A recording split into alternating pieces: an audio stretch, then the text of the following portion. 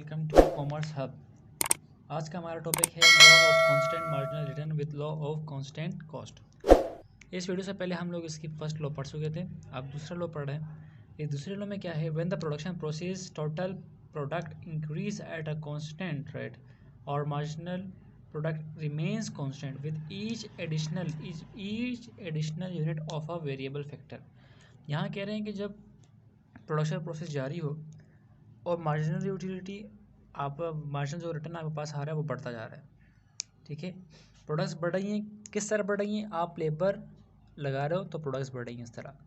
तो वो कह रहे हैं अगर आप लेबर लगाते हो एक, वो आपके लिए प्रोडक्ट प्रोड्यूस करते हैं 5, आप दूसरा लगाते हो वो आपके लिए 5 कर रहे हैं, तीसरा लगाते हो आपके लिए 5 कर रहे हो, यानी कि वो जितने मजदूर जितने लेबर आप लगा रहे हो वो अपने हिसाब से 5-5 ही प्रोडक्ट्स बना रहे हैं। तो यानी कि आप कॉन्स्टेंट तरीके से क्या कर रहे हो, अपने प्रोडक्ट्स बढ़ा रहे हो।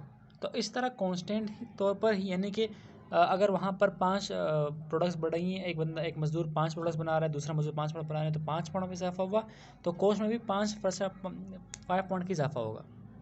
ठीक है, तो ये कहलाता है law of constant return is also called law of constant cost. यानी कि आप जिस तरह अपनी प्रोडक्ट्स को बढ़ा देंगे कांस्टेंट तौर पर, तो आपकी जो प्रोडक्शन होगी वो भी कांस्टेंट बढ़ेगी और कॉस्ट भी कांस्टेंट ही रहेगा। ठीक है, अगर इसको हम लोग टेबल के तौर पर या ग्राफ के तौर पर देखें तो आपको अभी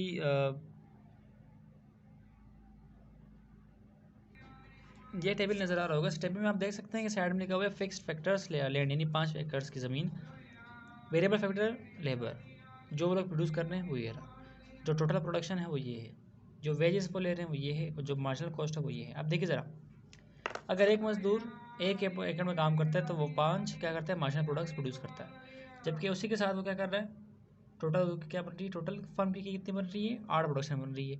वो वेजेस ले रहा है, यानी कि अपनी वो ले रहा है, मजदूरी ले रहा है 200, तो क्या हो रहा है, प्रोडक्ट उसके 25 है, जो मार्जिनल कॉस्ट आ रही है उस प्रोडक्ट की, यानी वो जो एक प्रोडक्ट उसने बनाई है, तकरीबन 8 प्रोडक्ट्स में से एक प्रोडक्ट जो उसने बनाई वो 25 रुपये की। ठीक है, अब याद देखिए 5 एकड़ पर दूसरा मजदूर लगाया, उसने भी 8 ही दी, कितना बन रहा है, टोटल 16 बन रही है, 200 वो ले रहा है और 25 की बन रही है। यानी कि देखिए ज़रा, इसकी प्रोडक्शन में फ़र्क नहीं पड़ रहा, जो भी मजदूर आ रहा है वो 8 ही बना रहा है, यानी कि मार्जिनल प्रोडक्ट क्या बन रही है, बिल्कुल कांस्टेंट तरीके से बढ़ रही है। मार्जिनल जो रिटर्न हो रही है, हमारे पास जो प्रोडक्शन हो रही है वो कांस्टेंट बढ़ रही है, तो हमारे पास जो कॉस्ट होगा वो भी कांस्टेंट रहेगा। ठीक है, वो कांस्टेंट रहेगा। यहाँ पर 8 थी, यानी कि उन्होंने 8 ही बनाया, तो यहाँ पर भी अगर आप जितने लगाते हो तो उतना कॉस्ट रहेगा। ठीक है, अगर यहाँ पर देखा जाए ग्राफ के तौर पर, तो यहाँ देखिए ज़रा, मार्जिनल प्रोडक्शन लेबर, जितने लेबर हमने लगाए वो 8 के हिसाब से जा रहे थे, उन्होंने 8 ही प्रोडक्शन की, तो सबकी 8 पे जा रही है, यानी कि नो वेरिएशन है, नो वेरिएशन, ओनली कांस्टेंट। अगर यहाँ पर हम लोग कॉस्ट के हिसाब से देखें तो कॉस्ट क्या हो रही है, कॉस्ट भी वैसे कि सेम टू सेम रही है। देखिए ज़रा, लेबर यहाँ पे आ रही है, मार्जिनल यूनिट कॉस्ट भी 25 पर थी, यानी कि जितना प्रोडक्शन करते हो सब मिला कर टोटल जाकर कितनी बन रही थी, मार्जिनल कॉस्ट बन रही थी 25, तो यहाँ पर 25 है, 25 वो आ रही है पॉइंट। तो ये हमारे पास होता है कांस्टेंट, यानी कोई भी प्रोडक्शन अगर आप करते हो कांस्टेंट तरीके से, यानी कि आप लेबर वेरिएबल लगाते हो कांस्टेंट मोड में लगाते हो, और उसके अलावा प्रोडक्शन भी कांस्टेंट मोड में लगाते हो, तो आपके पास जो गेन हो रहा है, जो आपके पास मार्जिनल कॉस्ट हो रही है, यानी कि जो कॉस्ट आपको बढ़ी, यानी कि अगर आप मिसाल के तौर पर आप अगर लगाते हो किसी भी मज़दूर को एक जगह, वो जितनी प्रोडक्शन कर रहा है, आप दूसरे को लगाते हो वो भी उतनी ही कर रहा है, तीसरे को लगाते हो वो भी इतनी ही करता है, ना बढ़ रहा है ना कम हो रहा है, तो ये कहलाती है कांस्टेंट मार्जिनल रिटर्न। अगर ये हो रहा है, ये इसके अंदर कोई वेरिएशन नहीं हो रही मार्जिनल रिटर्न के अंदर, तो कॉस्ट भी इतनी ही होगी, कॉस्ट नहीं बढ़ेगी।